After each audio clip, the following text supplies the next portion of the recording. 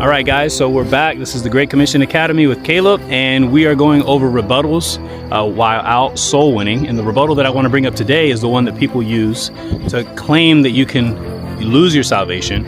And it's actually a very funny one, because the verse that they like to use is Matthew 7, chapter 21 through 23, I believe, where Jesus says, "Not everyone that saith unto me, Lord, Lord, shall enter into the kingdom of heaven, but he that doeth the will of my Father which is in heaven."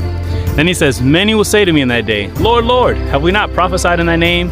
And in thy name cast out devils? And in thy name done many wonderful works?"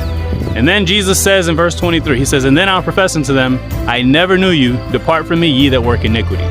Now, what has always been a bit funny to me about this passage being used to try to prove that you can lose your salvation is that the very verse that they're using to prove that you can lose it is actually showing that you cannot lose it. Here's why. Notice what Jesus says to them. He says, "Depart from me, I never knew you."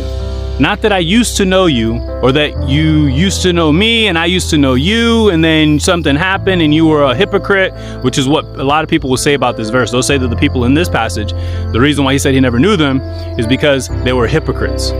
Well, nothing in that passage says that they were a hypocrite. Jesus literally said that they're going to stand before him crying out, "Lord, Lord," meaning that they believe that he was Lord, like Romans 10:9 says.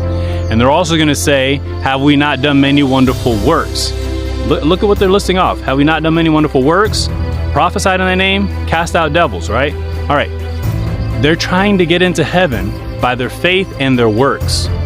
And the Bible has already told us that we can't get into heaven by our faith and our works. It's only by faith in what Jesus did for you on the cross. Remember, when he died for you on the cross, how many of your sins did he die for? All of them or some of them? He died for all of them. All of them means past sins, present sins, and listen to this, future sins.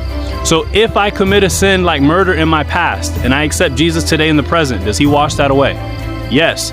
Now, if I commit a sin like murder in the future and I accept Jesus today in the present, does he wash away that sin as well? Yes.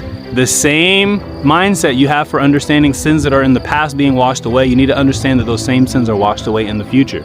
Yes, I know for a lot of people, they don't want to accept that, because most people are trained to understand that when you ask for forgiveness, it's about things you've done in the past. But God's love is so great that he's washed away sins that he already knew you were going to commit in the future. It's all been washed away. Those people who were standing before him on that day, they're still trying to get into heaven by their faith and their works. And that's why he said, "I never knew you." And the will of the Father is found in John 6:40. We'll talk about that one on the next one. The harvest truly is plenteous, but the laborers are few.